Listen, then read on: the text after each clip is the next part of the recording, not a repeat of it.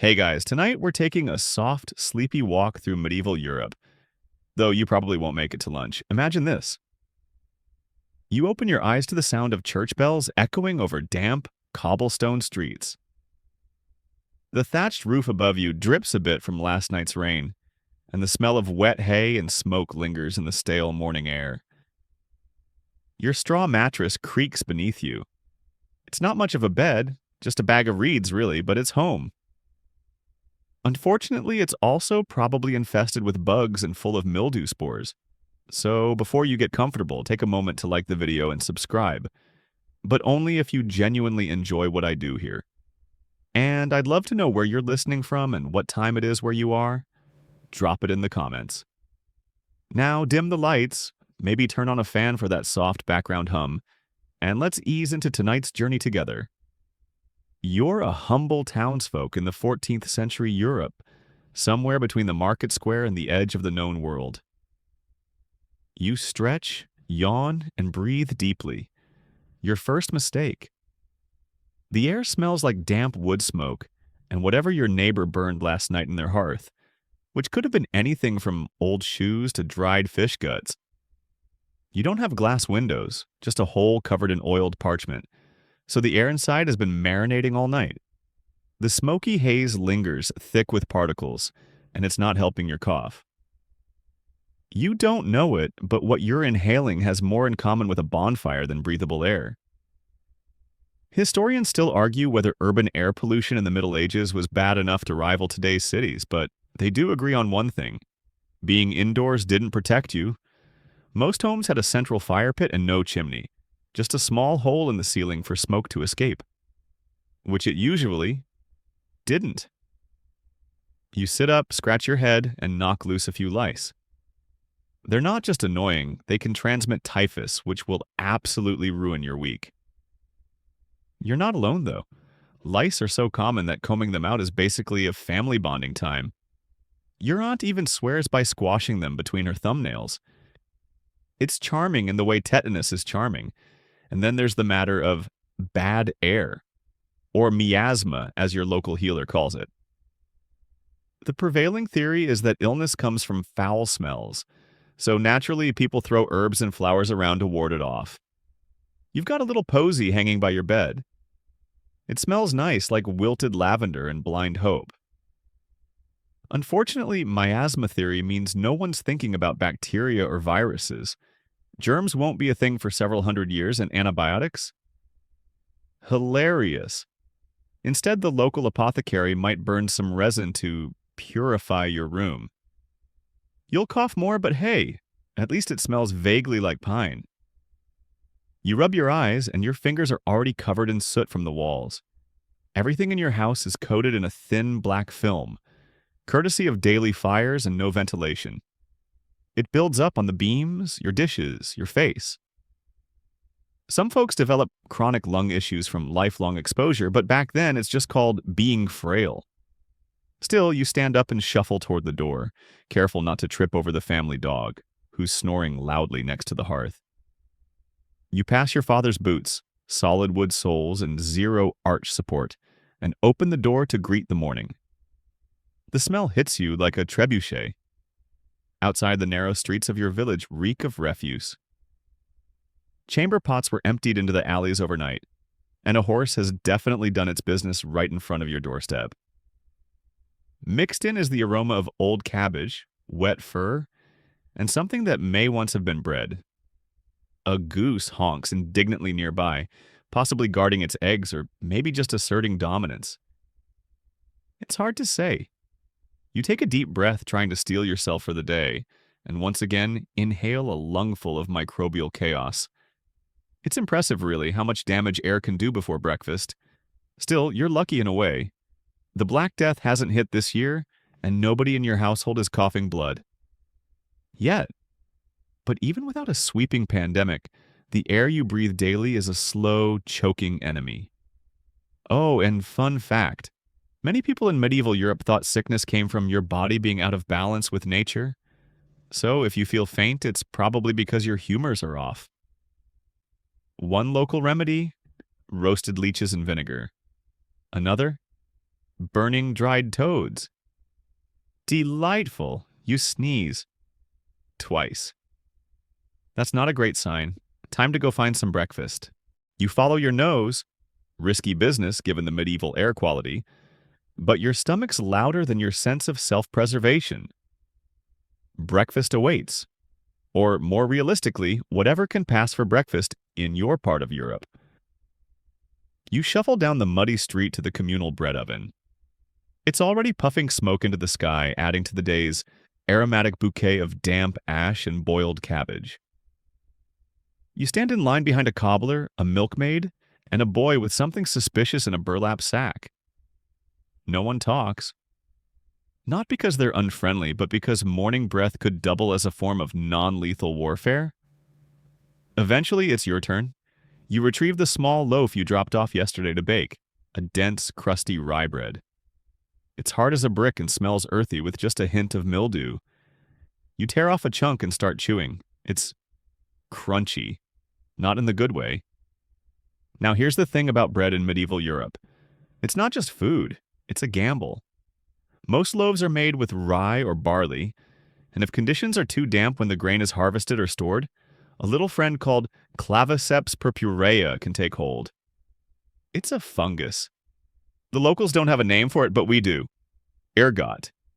And ergot is not your friend. Ergot poisoning, known back then as St. Anthony's fire.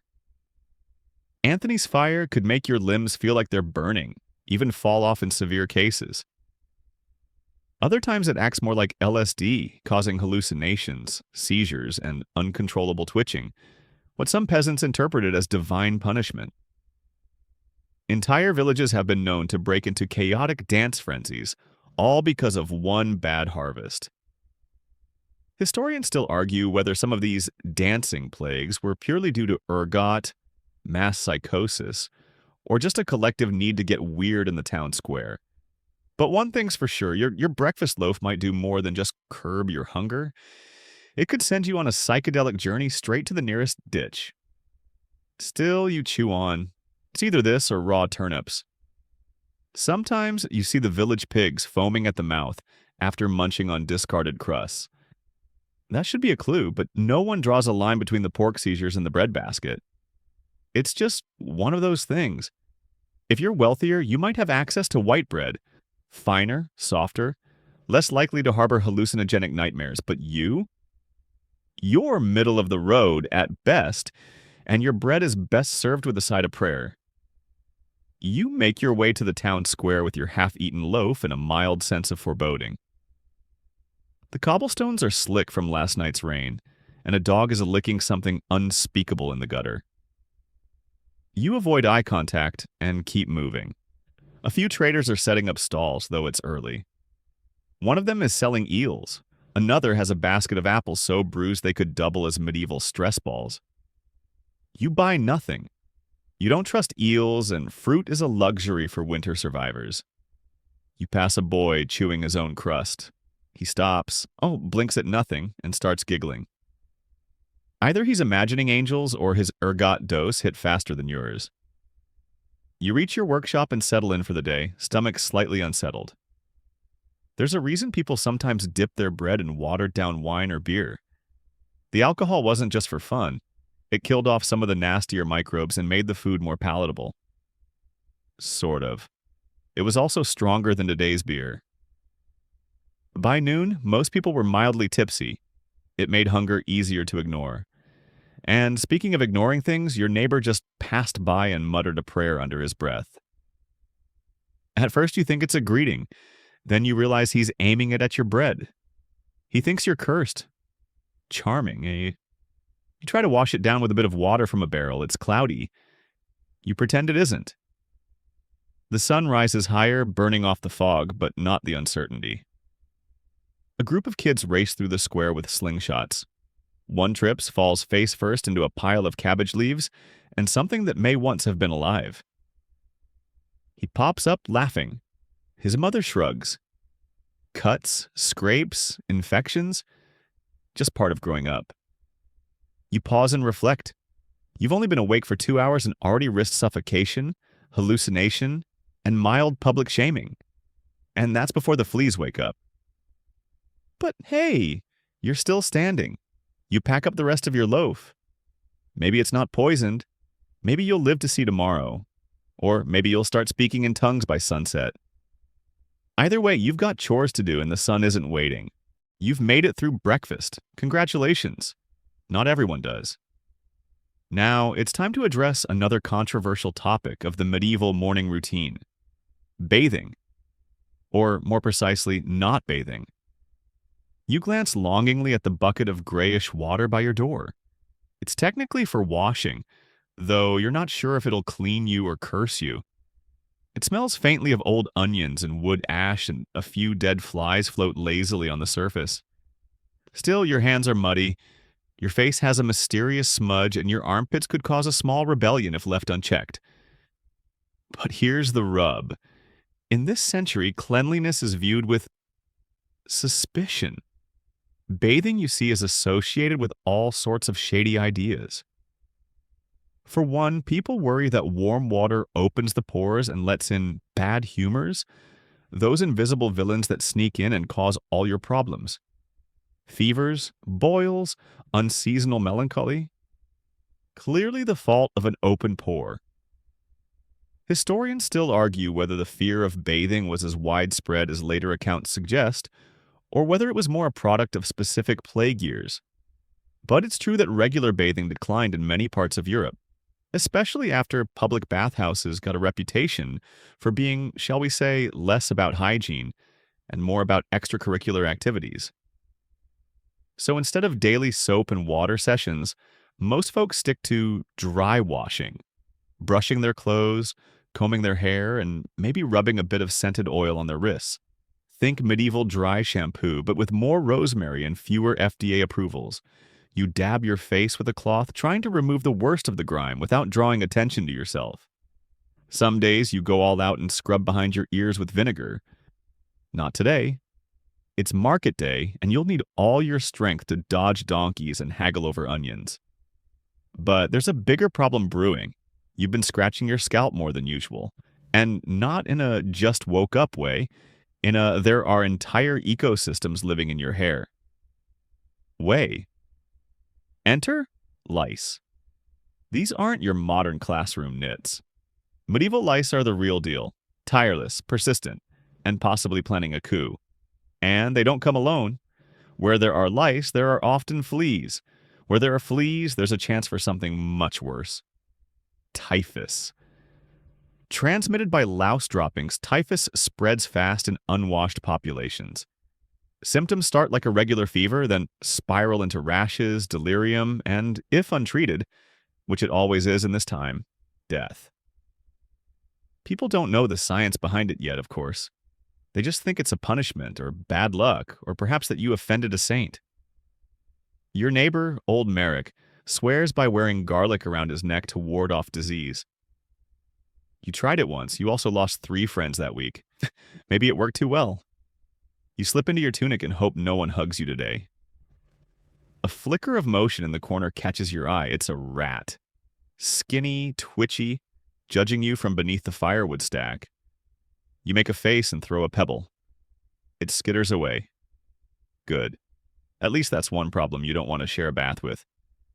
You lace your shoes, thin leather things with more holes than protection, and head outside. The street is alive with activity, and not in a sanitized, organized way.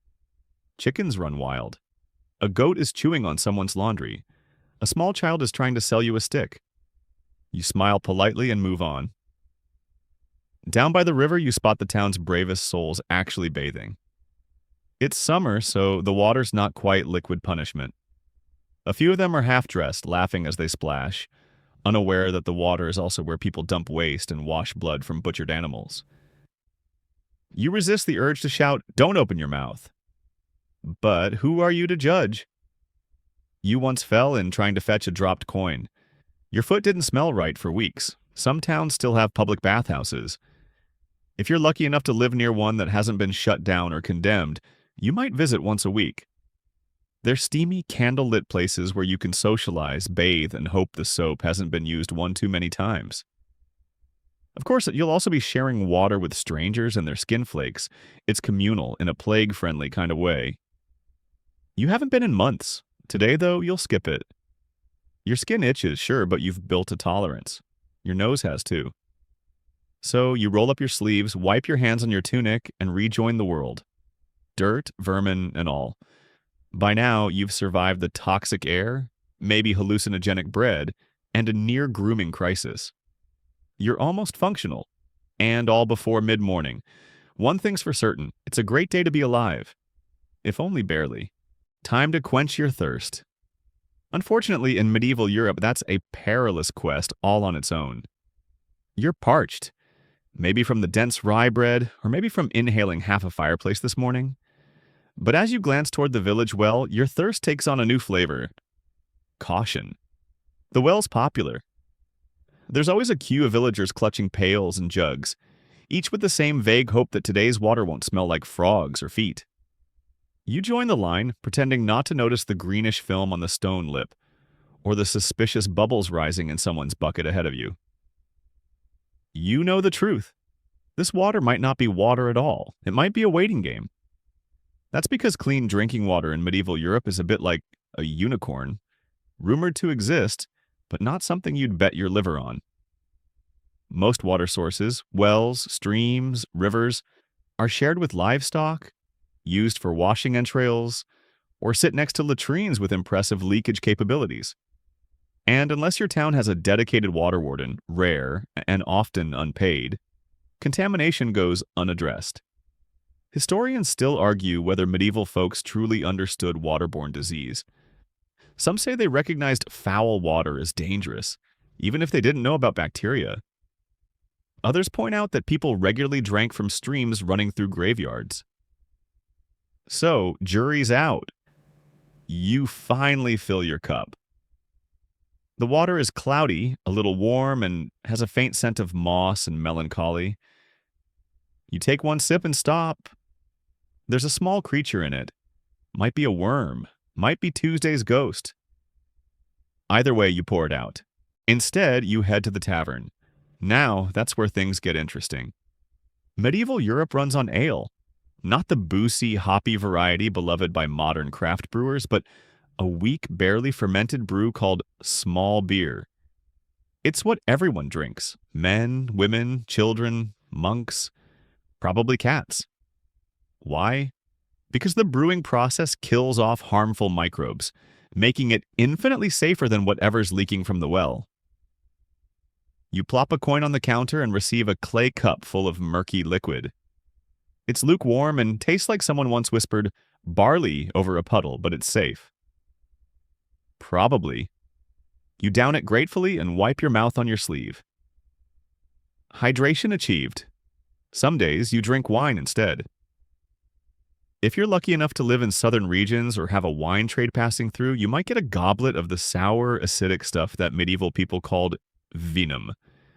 But even wine has its dangers, sometimes tainted with lead from storage vessels or sweetened with spices that do more harm than good. In Northern Europe, though, ale is king, and the morning pint isn't indulgence, it's survival. You need fluids to live after all. And clean water? That's a luxury for future centuries. You leave the tavern and make your way through the town square again, noticing a pair of children playing by a puddle. They're giggling, splashing each other with what you know is at least 30% horse urine. One of them dips a crust of bread in it and takes a bite. You consider stopping them. Then remember what your own childhood looked like and keep walking. You pass a preacher delivering a sermon about sin and bodily decay. He's sweating profusely, not from passion, but likely because his robe hasn't been washed since Pentecost. His voice carries, echoing off the plaster walls of nearby buildings. He warns of God's wrath and dirty hands, though not necessarily in that order. You sip more ale from a wooden flask. Not bad. Probably hasn't killed anyone today. In some towns, monks run rudimentary water systems, stone aqueducts, cisterns, even lead pipes. They're miracles of engineering, and they work well enough, until someone dumps a dead pig in the reservoir or forgets to clean the spigots. Then it's plague roulette all over again. Which brings us to the ultimate irony. In trying to stay hydrated, people often poisoned themselves. Dysentery, cholera, and mysterious fevers spread like wildfire in places with stagnant or tainted water. There are records of entire villages falling ill after one bad jug. So, what do people do? They keep drinking ale. Always the ale. Even babies get a watered-down version. It's the medieval version of better safe than sorry, only with more burping and fewer regulations. You finally feel the ale settle in your belly. Warm, slightly fuzzy, possibly fermenting further. You let out a satisfied sigh, the kind that says, well, at least this won't kill me right away. A few feet away, an older man is hawking miracle water in glass vials. He claims it came from a holy spring. You can see the label is scratched off an old vinegar jar. You nod politely and move on. You've made enough bad decisions for one morning. So, to recap, if the bad air didn't get you, the ergot bread tried. If you dodged that, the lice made a move. And now, if you're really unlucky, today's water might send you sprinting to the nearest shrubbery for a 3-hour cleansing experience. Medieval style. You're not dying yet, but you are staying slightly buzzed, and in this time and place, that's just good health practice. You're hydrated, or at least vaguely moist inside thanks to your breakfast ale. Time to venture out for errands. Or in your case, a noble, mud-splattered mission across the village to deliver a parcel of goat cheese to someone with an even more questionable immune system than you.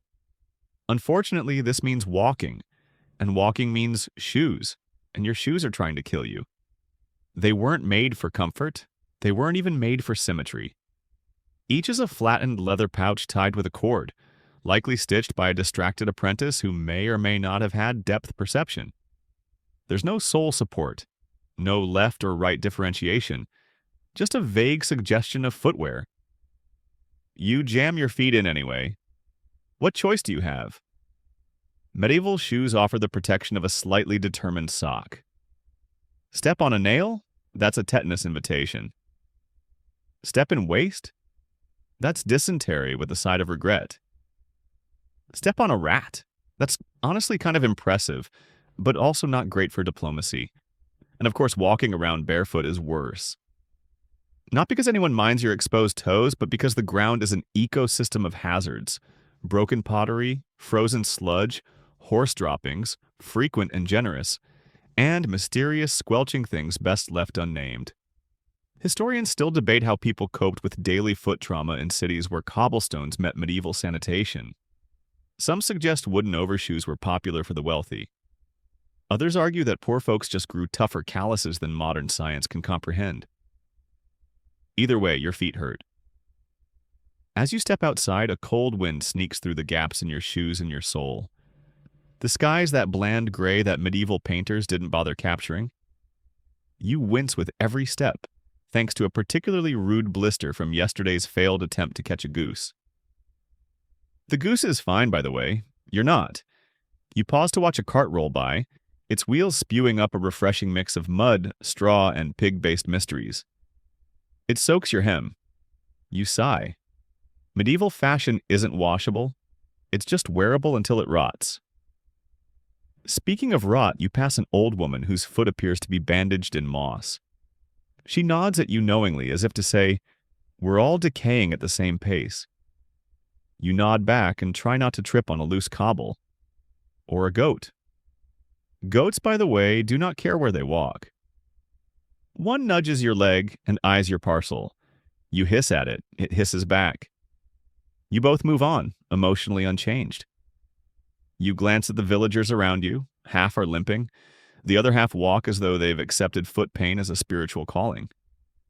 It's not uncommon to see toes wrapped in rags or strange homemade splints tied with bits of string and whatever dried herb is currently trendy for swelling. In the winter, it gets worse. Frostbite is a regular visitor, and since there's no central heating, people often sleep fully clothed, their feet wrapped in whatever fabric they can find. The poor sometimes burn their shoes for warmth, only to regret it the next morning. A dangerous trade-off. Heat now or protection later? You stop briefly at a stall where a man is selling cured leather boots. They're hard as stone and smell vaguely of spoiled soup. He offers you a pair with a wink. You ask the price, he laughs. You both know that unless you sell your second best blanket, these aren't an option. So you shuffle onward in your glorified potato sacks. Eventually, you reach your destination, a small cottage near the edge of town. The recipient of your goat cheese parcel greets you with a crooked smile and a cough that could echo through time. You make the trade and receive 2 turnips in exchange. Fair deal. Probably. You'll think about it later. Turning to leave, you realize you've stepped in something warm. You don't look down. There's no recovery at this point. Back home, you peel off your shoes, one at a time. The smell could start a witch trial. Your big toe is raw, and the sole of your foot has a blister shaped like England. You consider washing it, but your water looks more suspicious than helpful, so you settle for wrapping it in cloth and mumbling a prayer to whichever saint covers lower extremities. Maybe St. Crispin. Maybe someone made up. You're not picky. And yet, despite the mud, the pain, and the slowly oozing blister, you survive the outing. Just another day of medieval foot survival. One step at a time. Barely. Back at home, feet bandaged and pride slightly bruised, you sit down to catch your breath. But peace is fleeting because now it's time for grooming.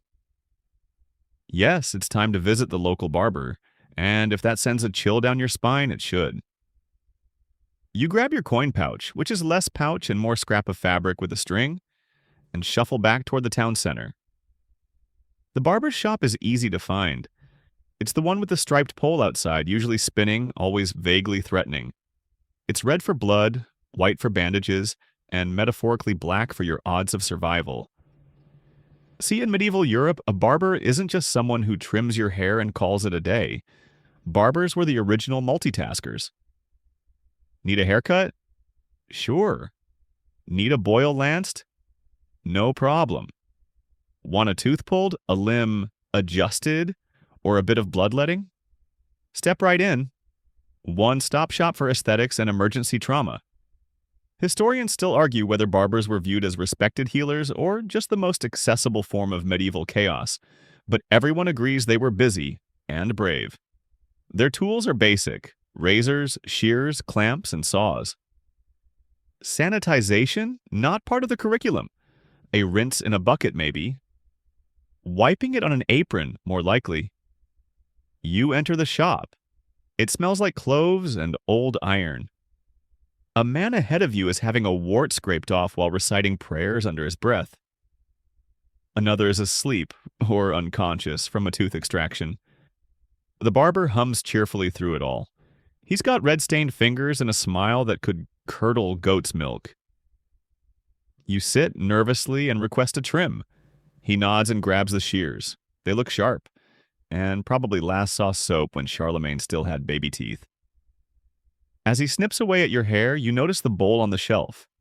It's the bleeding bowl, and yes, it's exactly what it sounds like. Folks believe too much blood causes imbalances in the body's humors, those mystical fluids that supposedly govern your well-being. So, draining some is considered therapeutic, like a medieval spa treatment, only with less cucumber water and more hemorrhaging. You politely decline a bleeding, but he offers anyway. Just a cup, he says, like it's mulled wine. You shake your head. Then come the extra services. Got a sore throat? He suggests wrapping your neck with pigeon feathers and spitting into the wind. Headaches? Trepanation, a casual hole drilled in the skull, was trendy not long ago. You opt instead for a few snips off the back and call it a day. A small child enters, holding his mother's hand. He's here for tooth pain. You make the mistake of watching. The barber gives him a piece of leather to bite and yanks the tooth out with a pair of tongs that probably pulled horseshoes last week. The child howls. You turn pale. The barber offers you a turn. You exit quickly. Back outside, the wind feels oddly refreshing, even if it carries the scent of tanned hides and cabbage. You're grateful. Grateful to still have your teeth, your blood volume, and your scalp. Not everyone is so lucky. You pass a man with half a beard. The rest was accidentally lopped off during an argument mid-shave. You give him a knowing nod. He gives you a haunted look in return. Later in the village square, a group gathers around a man offering a cure-all tonic. It's probably fermented herbs, stale wine, and hope in a bottle. Still, people buy it. After all, who else is going to fix what the barber couldn't? Your own head feels lighter, slightly uneven, and possibly still harboring lice, but at least no one drew blood. Today's visit was a success by medieval standards. Back at home, you sit on your stool and gaze at your reflection in a copper dish. Your new haircut is asymmetrical. A squirrel might laugh at you, but you're alive. And in this era, that's about all you can ask from a barber. Tomorrow, maybe you'll risk the bathhouse instead, but probably not. One near-death hygiene experience per week is enough. The sun has crept higher in the sky, and with your hair trimmed and your dignity bruised but intact, you begin to think about lunch. Not with excitement, mind you. In medieval Europe, lunch isn't a culinary highlight. It's an exercise in cautious optimism. Today, someone's offering milk. You eye the pale liquid with suspicion. Milk in this century is not the sterile, cold, glass-bottled variety you might imagine. No one's pasteurizing anything. There are no refrigerated carts rolling through the village with cheerful jingles. Milk comes straight from the cow, goat, or sheep, possibly strained through a questionably clean cloth and left in a wooden pail beside the hearth. For a few hours or days, it smells not terrible. Yet, you take a sip. It's thick, a little sour, and leaves a film on your tongue that you try very hard not to think about. This might be what people call clabber, spontaneously curdled milk that's halfway to cheese. Or poison. Or both. Some swear it's good for digestion. Others swear while drinking it. The real problem, though, isn't taste, it's contamination. Milk, fresh from the animal, is a prime carrier for a lovely assortment of diseases. Cowpox, brucellosis, tuberculosis, all hitch rides in unboiled dairy. You wouldn't know it, of course. Germ theory hasn't been invented. Most folks think spoiled milk is a punishment from a sour-tempered fairy or the result of a poorly worded blessing.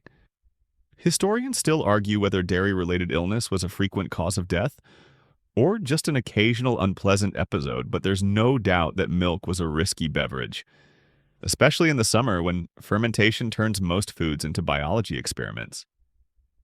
You wipe your mouth and consider chasing it with stale bread. That might cancel the worst of it. Or just bind everything in your stomach into one solid regret brick. But there's more. Sometimes the milk isn't from a healthy animal. Cows in this era are not exactly well cared for. They graze where they can, often in fields that double as public latrines and goat battlegrounds. If the cow has an infection, you can bet that's now your infection. And then there's the matter of milk storage. You might think ceramic jar in a cool cellar sounds quaint, but in reality, it's wooden bucket covered with cloth and stored next to the firewood. Flies are regular visitors. Sometimes they bring friends.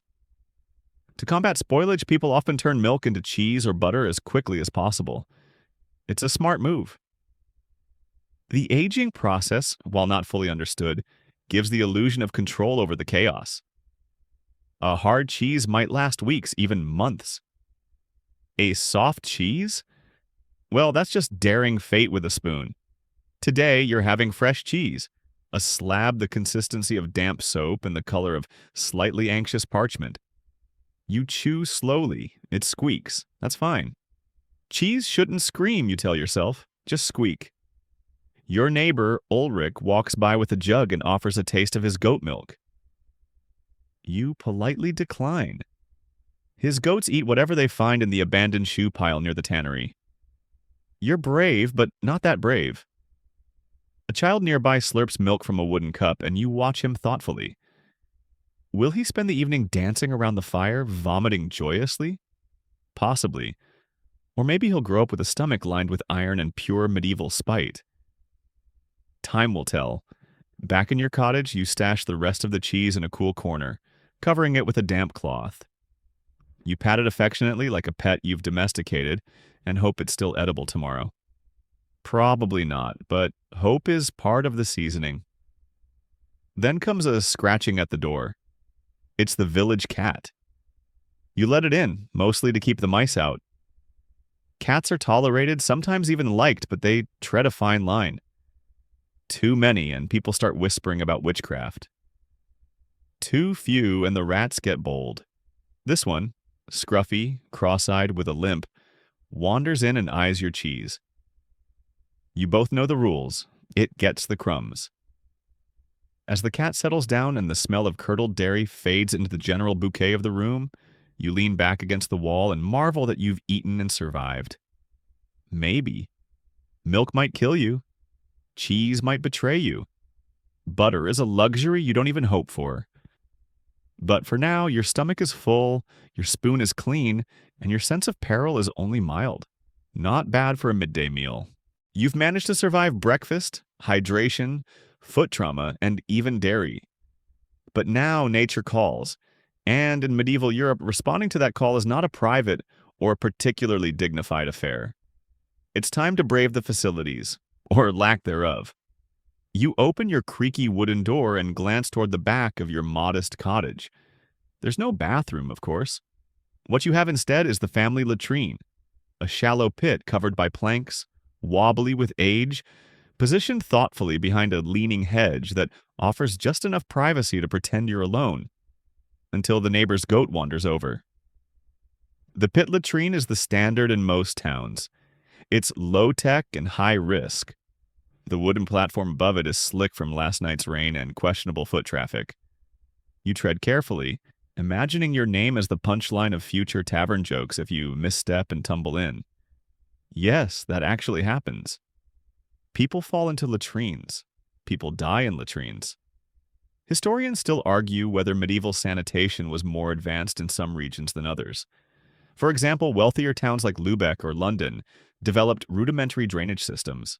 In contrast, smaller villages like yours rely heavily on gravity, luck, and the hope that heavy rain doesn't wash everything back into the house. You relieve yourself quickly, swatting away flies and pretending not to notice the bubbling. There's a distinct scent, a pungent mix of decomposition, regret, and cabbage. Medieval folks would burn herbs or scatter straw to cover the smell. You have neither today, just a faint breeze and a strong stomach. You finish, step off the plank with the poise of someone dismounting a dragon, and notice something horrifying, a rat. It peers up at you from the pit with judgment in its beady eyes. You pretend you don't see it and scurry back toward the cottage. Now, imagine you didn't have access to even that luxury. In dense cities or castles, folks used chamber pots, ceramic bowls tucked under beds or behind curtains. In the morning, these pots would be emptied by flinging their contents out the window with a helpful shout. "Guard, Lou!" Watch out below.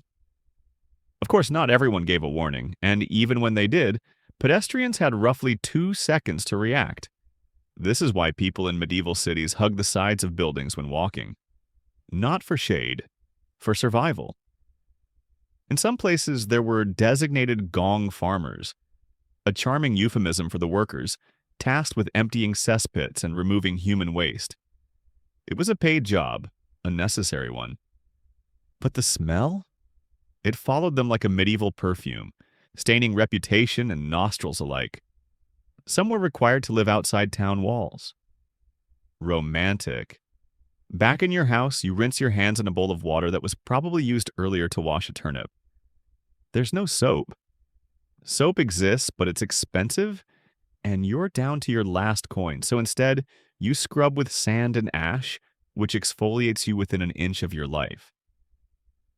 You catch your reflection in a dull metal plate. Your hands are cleaner? Hard to say, but you've done your best, and that's what counts. Probably. Still, you wonder what people did at night. That's where the chamber pot shines, or rather, sloshes. In the pitch dark, with no electricity, no torch, and only the moon to guide you, navigating to the backyard latrine is a nightmare. Most just crouch by the bed and hope for the best. Some don't even make it that far. You've heard rumors of castles with indoor privies, little rooms built into the outer walls with seats over open shafts. The waste drop straight down into the moat. Sounds advanced until you realize the moat isn't exactly Olympic swimming quality. In fact, it's a biohazard with a drawbridge. Oh, and in monasteries, monks had scheduled toilet breaks. That's right, communal bathroom time. You're grateful you're not a monk. Back in your chair, you exhale. You've braved the pit, you've met the rat, you've earned a moment of peace until the wind shifts. The faint whiff of the latrine drifts back toward your window. You sigh, close the shutters, and remind yourself, it could be worse. You could have fallen in. You close the shutters with a sigh and settle in, hoping for a lull in the day. But no such luck. A shout rings out from the street, someone yelling about rats again. You raise an eyebrow because in medieval Europe, a rat sighting isn't news. It's background noise like wind or plague. Rats are part of the landscape. They scurry through grain sacks, dart across rafters, and occasionally gnaw through your boots if you stay still too long. But here's the real kicker. No one quite knows how dangerous they are. Not yet. You stroll out to investigate and find a crowd gathered around a barrel, watching as a rat runs tight laps around the rim.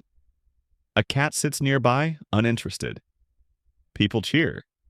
Someone bets 2 onions on the rat's odds of escape. This is entertainment, but it's also a quiet kind of doom. Because where there are rats, there are fleas. And where there are fleas, well, you know the story. Yersinia pestis, the Black Death, the little flea bite that could... Of course, no one here knows about bacteria. They think illness comes from miasmas or God's judgment or stepping on the wrong kind of snail. Rats are just rats. Nuisances. Unholy maybe, but not plague vectors. What makes it worse is that in many places people actually start killing cats instead, thanks to a particularly ambitious rumor that cats are associated with witches, heresy, or bad omens. And with fewer cats, the rat population explodes. Congratulations, Europe. You've unintentionally turbocharged your own disease delivery system. Historians still argue about the precise mechanics of plague spread. How much was fleas? How much was human-to-human transmission? How much was sheer bad luck? But there's no question that rat-borne death haunted the continent for centuries. Back in your village, things are peaceful. For now, the worst plague years haven't hit this region yet. But rumors spread. A traveler passed through last month whispering about a town where the dead outnumber the living. People cough into their sleeves and step aside just in case. You walk past a baker dusting flour off his arms. A rat darts between his feet. He shrugs and keeps kneading. Life must go on. At home, you check your food stores. A few onions, some bread that's grown a beard of green fuzz, and a bit of grain, likely gnawed by something with sharp teeth and no table manners. You spot a few droppings nearby. You consider sweeping them, then consider just burning the whole cupboard. Instead, you call for the cat. She stretches from a warm spot by the hearth and stares at you like she's already judged your choices. You place her near the cupboard. She flicks her tail. That's as much help as you'll get today. Cats, in truth, walk a fine line in your world. They're tolerated, sometimes adored, often suspected. In some regions, they're loved for their rat-hunting prowess. In others, they're tossed into fires during festivals to drive out evil spirits. Superstitions abound. Still, your cat is your ally, even if she shows it by stealing your cheese and biting your toes at dawn. You sit at the table and scratch your arm. Could be a flea bite. Could be a splinter. You don't know. You don't want to know. It doesn't itch much, and you're not coughing, so you call it a win. As evening approaches, the rats grow bolder. You hear them in the walls, like tiny burglars with no sense of timing. You knock on the wood, half hoping they'll be offended and leave. They don't. You light a candle and watch the flame flicker as the wind slips through the cracks. Somewhere nearby, a child squeals, either playfully or plaguefully, hard to say. Tomorrow, you might set traps. A bit of salted pork, a wooden box, and the vague hope that intelligence doesn't skip generations. Or maybe you'll just pray harder and keep the cat well fed. For now, you lean back, eyes half closed, and murmur the thought that every medieval peasant knows deep down: please let the rats get the neighbors first. The candle flickers low as the day drifts into evening. You'd like to think it's time to relax. Maybe sit by the hearth and not think about rats or fleas or exploding bread. But alas, you've been coughing more than usual, and your neighbor Merrick insists you visit the town healer. You groan softly, because the town healer is also the butcher's cousin, and his favorite cure for everything, from a stubbed toe to a missing arm, is bloodletting. You wrap yourself in a cloak and step back outside, where the air is just as murky and judgmental as earlier. You make your way to a small wooden hut on the edge of the village, marked by a bundle of dried herbs tied above the door. You knock once, and it creaks open before your knuckles even fall a second time. "Cold in your lungs?" the healer asks, not looking up from the small fire where something is bubbling ominously in a cauldron. "Or ghosts in your blood?" You answer honestly, "Not sure." He gestures for you to sit and begins rummaging through a basket of tools. You catch sight of leeches, a curved knife, and a wooden cup with old stains. This will not be a spa day. He chooses leeches. Of course, leeches are the medieval multi-tool. They suck out bad humors, reduce swelling, and are believed to balance your inner fluids. Bloodletting is the answer to nearly every question. Why are you tired? Too much blood. Why do you ache? Clearly too much blood. Why did your cousin die last week? He didn't bleed soon enough. Historians still argue over how effective bloodletting really was. Some believe it might have helped with a few conditions. Hypertension, maybe. But in most cases, it just weakened people who were already sick. Still, the tradition persisted for centuries. After all, if you die shortly after being bled, it's not because of the bleeding. It's because you were too far gone. Convenient logic. You watch as the healer applies a leash to your arm. It wriggles with enthusiasm. You try not to scream. It starts sucking, and you marvel at how something so small can make you feel so violated. The healer hums softly, stirring his bubbling cauldron with one hand, scribbling on a bit of parchment with the other. You're not sure what he's writing. Maybe your symptoms, maybe a recipe for squirrel stew. He doesn't say. The leech does its job, which in this case means drinking until it's bloated and shiny like a little blood sausage. The healer plucks it off and drops it into a bowl with its friends. They wiggle happily. You do not. Then he offers a tonic. Heck, you ask what's in it. He winks and says, "A little of everything." You're too tired to argue. You drink. It tastes like fermented onions and possible regret.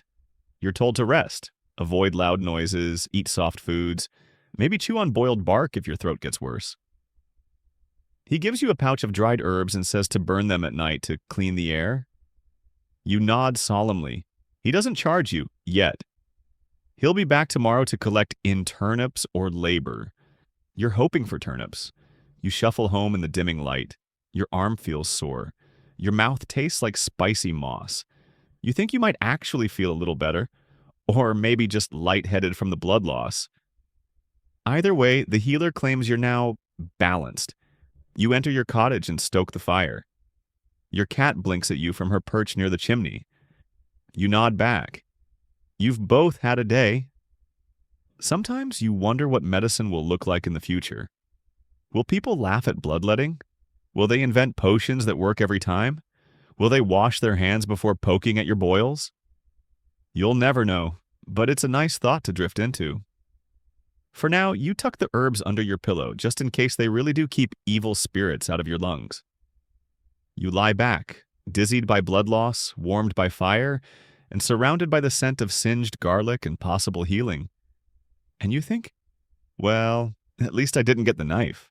The fire crackles gently as night deepens, and your arm throbs in time with your heartbeat. The leech spot's still weeping a little, but you tie a rag around it and hope for the best. It's not the worst thing to happen to you today. That honor goes to the smoke. Because now that you're inside, the full force of medieval interior design hits you again. And by design, we mean a room full of fire and no chimney. The smoke gathers up near the roof and then drifts down slowly, like a lazy ghost made of soot and eye irritation. You've already rubbed your eyes 3 times. They're watering now. So is your nose. You cough. Congratulations. You're breathing in carbon monoxide, ash, and whatever was in the dried goat dung someone tossed on the fire to make it burn longer. It's less hearth and home, and more camping in a burning closet. Homes like yours, small cottages with wattle and daub walls and thatched roofs, usually have a central hearth and a hole in the roof to let out smoke. The hole works about as well as you'd expect. Some days the smoke goes out. Other days it hangs low and plays with your lungs. Historians still argue how tolerable this was for medieval people. Did they build up a tolerance? Did they just ignore the discomfort? Or were chronic lung issues so common they weren't even worth mentioning? In any case, your cough isn't going away. You open a window, a parchment flap tied to a wooden frame, and let in a draft that smells only slightly less carcinogenic than the inside. The cat sneezes and disappears into a pile of rags. You try moving your stool closer to the door, the cold bites, but at least you're not choking on your own fireplace. You notice soot stains on the wall, gray smudges where the smoke has been hugging the ceiling. Your neighbor once tried painting over the stains with crushed eggshells and goat's milk. It didn't work. It just made the smoke stains look like abstract art. And the danger isn't just the air. Indoor fires cause real accidents. People trip into hearths. Long robes and baggy sleeves catch fire. Children crawl too close. Thatched roofs smolder from sparks. Half the cottages in your village have a corner scorched black from some incident involving unattended stew and poor choices.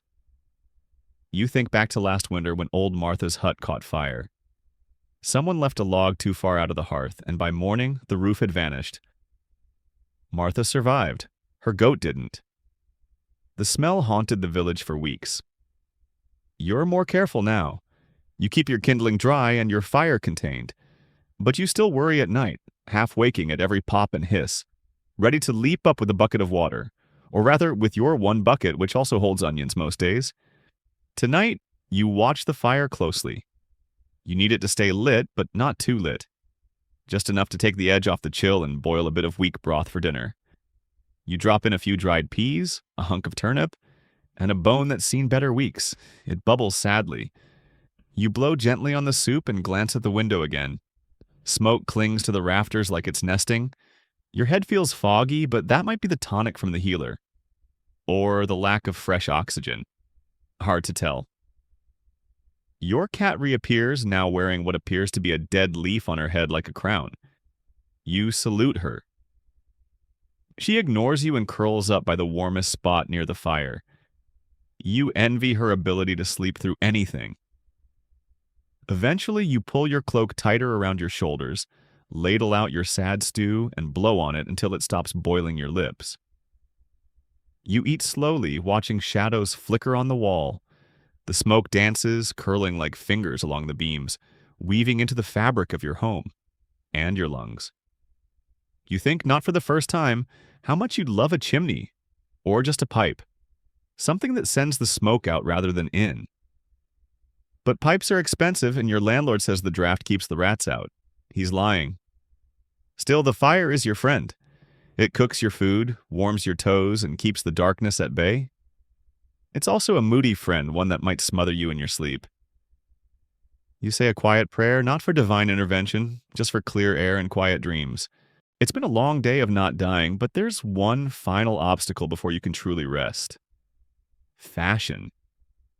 Yes, even in medieval Europe, how you dress can determine whether you live to see another sunrise, especially if you're anywhere near an open flame, an angry goose, or a festival involving torches. You rummage through your belongings and pull out your best tunic.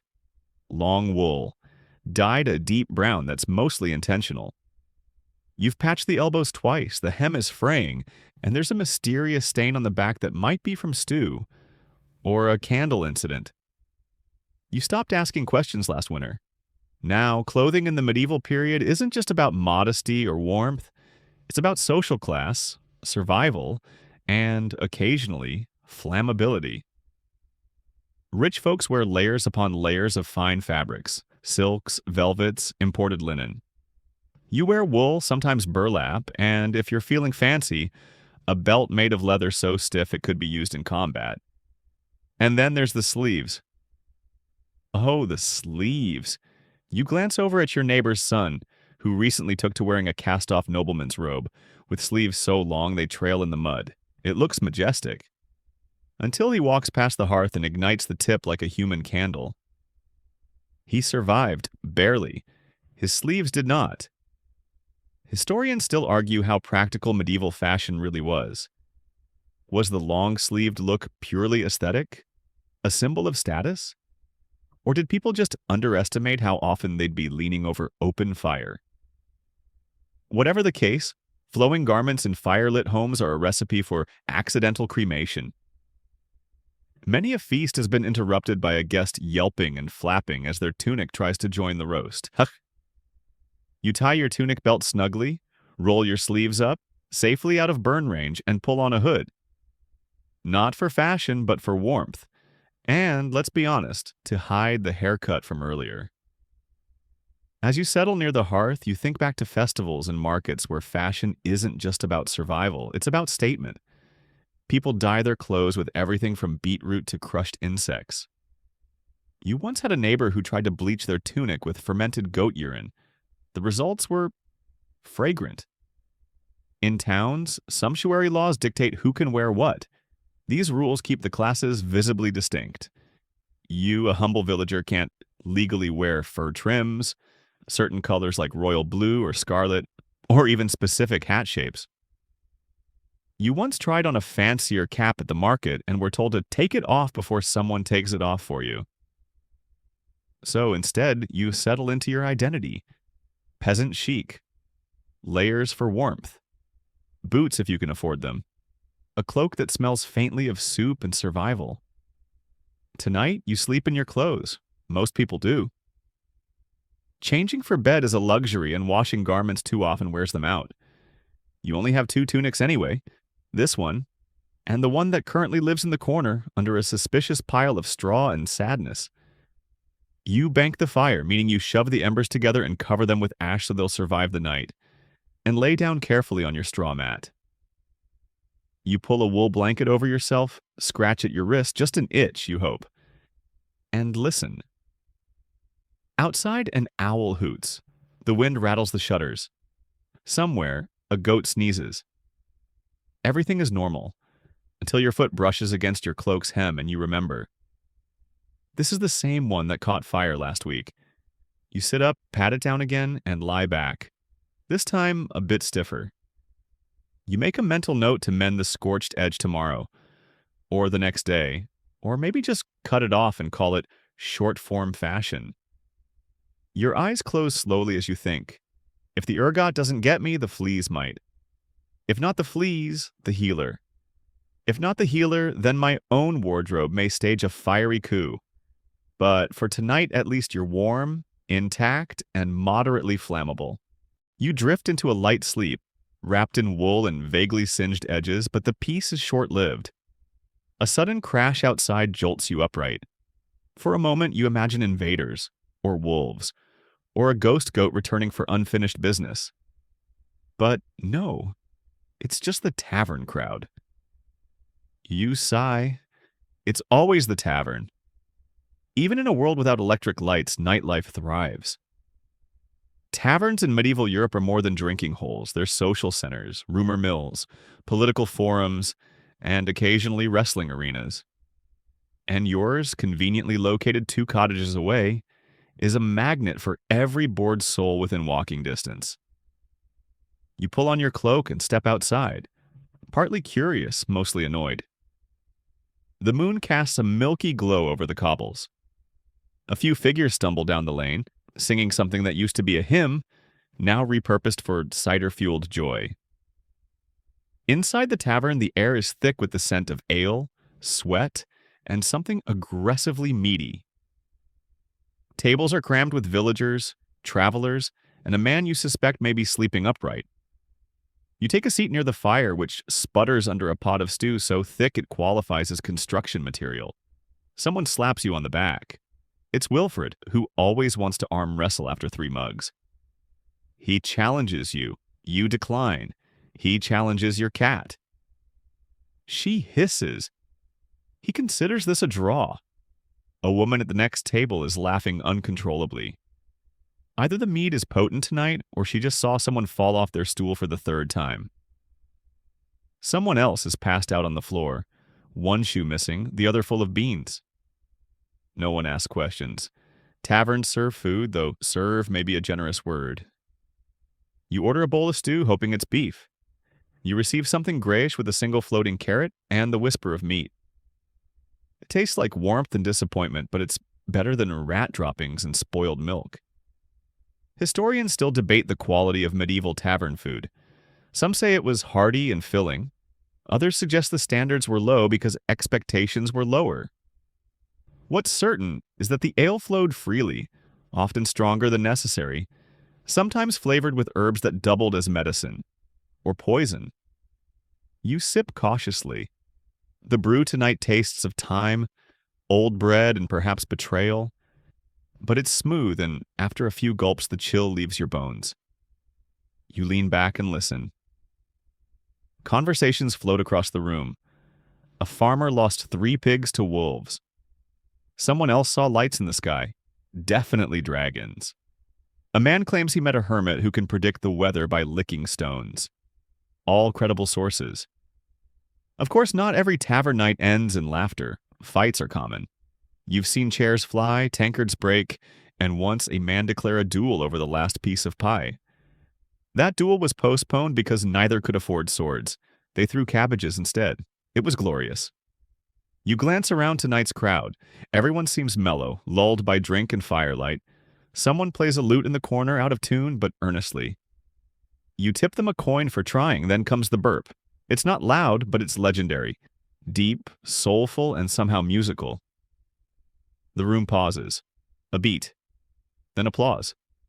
A local triumph. A bard in bodily form. Outside, the wind howls faintly. Rain may be coming. You pull your cloak tighter and rise, nodding to the barkeep, who grunts in farewell. You step out into the night, belly full of stew-ish. Headlight from ale, ears ringing with drunken songs and burp applause. The air is cold but cleaner than your house, and for a moment you stand still and breathe. Then you nearly step in something you'd rather not identify and remember why you left the tavern in the first place. Back in your cottage, the fire's still burning low. The cat stares at you, disappointed you didn't bring back fish. You drop a scrap of bread anyway. She accepts with disdain. You remove your boots, sigh at the blister count, and lie back down. Taverns are a gamble. Sometimes you come home singing, sometimes you come home limping, and sometimes you don't come home at all, depending on the stew. But tonight you made it. Fed, entertained, mildly intoxicated, and almost unscathed. Almost. The fire has turned to glowing embers. You're just on the edge of sleep when the itching starts. At first, it's a gentle tingle on your ankle. You shift, scratch absent-mindedly, and think nothing of it. But then, your forearm, your neck, your back, it's not your imagination. It's the midnight menace of medieval life. The bedfellows you never invited. Fleas, bedbugs, possibly something with wings. You groan quietly. There's no escape.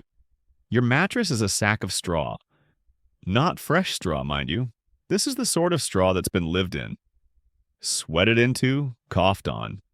It's full of little crinkly bits, the occasional twig, and more than one ex-resident rodent. You told yourself you'd change it out before winter. It's now spring. Or possibly next spring. You roll over and swat the air. A flea hops across your wrist like it's late for something. The cat shifts nearby and sneezes. She's likely brought home friends. Tiny, hopping, parasitic friends. Back in the day, the average medieval person expected their bed to be a shared ecosystem. Fleas were so common they were part of lullabies. Bed bugs? Annoying, sure, but unless they formed an actual union and started charging rent, no one really panicked. Historians still argue over how bad infestations really were. Some sources describe entire towns plagued by biting insects. Others suggest that medieval people developed a tolerance we modern folk can't imagine. Either way, your body disagrees. You grab a bunch of dried lavender from the shelf, one of the many herbs people use to repel pests. It mostly just makes the fleas smell nicer. You rub it on your pillow. One flea sneezes. You feel marginally better. The itching subsides briefly, only to return more aggressively. You scratch, you swat, you contemplate moving to the floor, but that's where the beetles live. You can't win. You remember old Merrick's advice: sprinkle ash in the bedding. It's supposed to drive them away. You tried that last month. Now you just sleep in a dusty pile that looks like someone cremated a squirrel beneath your blanket. You try to relax.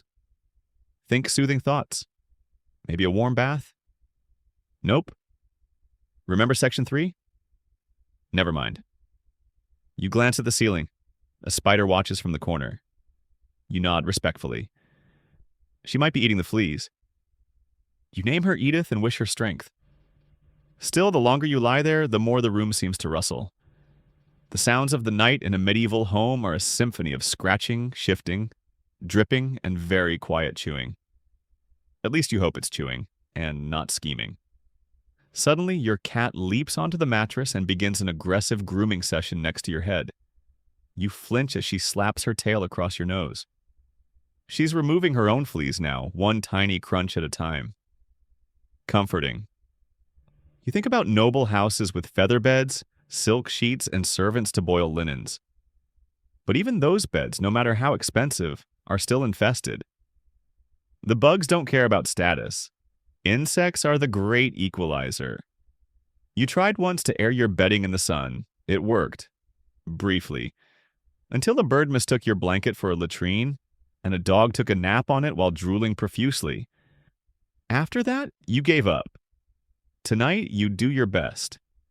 You wrap your cloak around your shoulders, pull your hood up to protect your ears, and curl into a defensive position. You imagine the bugs giving up, taking a night off, maybe going next door. You start to drift off, just barely, when something lands on your cheek. Tiny, skittering, you don't scream. That's growth.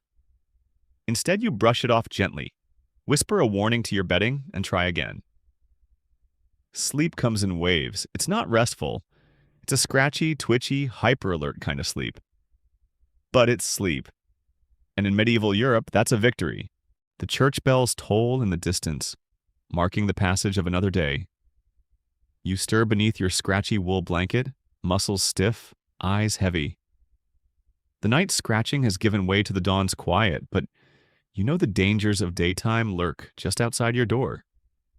Medieval Europe is a world of surprises.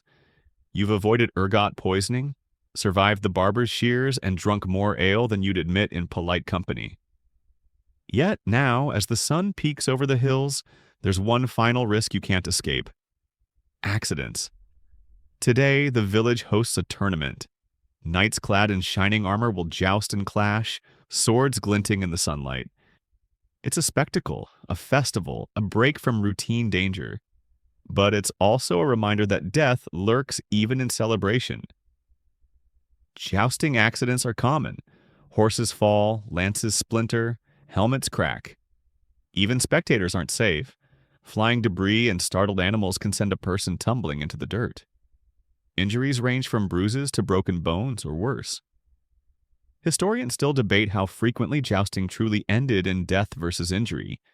But one thing is clear: the spectacle is as perilous as it is thrilling. You watch the crowd gather in the square, eyes fixed on the list where knights prepare. You feel a mixture of awe and envy. Their armor gleams, their horses paw the ground, and the air buzzes with anticipation. A child nearby wobbles on a wooden hobby horse, waving a stick as if it were a lance. You smile softly, remembering your own dreams of chivalry and glory, tempered by the reality of muddy streets and less glamorous tasks. As the first joust begins, the crowd cheers.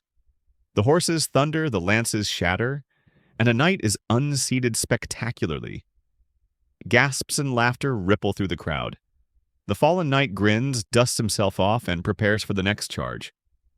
You breathe in the crisp morning air tinged faintly with hay, sweat, and the scent of horses. Despite the dangers of the day, the village feels alive. You think back over the trials and tribulations you faced, the poisonous bread, the smoky hearth, the persistent fleas, the leeches, and the rat-filled streets. Each a thread in the tapestry of medieval survival. Yet here you are, still standing, still breathing, and still hoping to see another sunrise. You lie back on your straw mattress, the day's sunlight filtering softly through the parchment window. You feel the slow pull of sleep, gentler now, less scratchy, more like a warm embrace. Remember, in a world without modern medicine or sanitation, survival was a daily triumph. The smallest victories mattered. Each breath was a gift, each dawn a promise. As your eyes close, you let go of the worries, the rats, the smoke, the perilous fashion choices. Tonight, the jousting ends without tragedy. The fleas take a break, and the fire burns quietly. You are safe. For now, sweet dreams.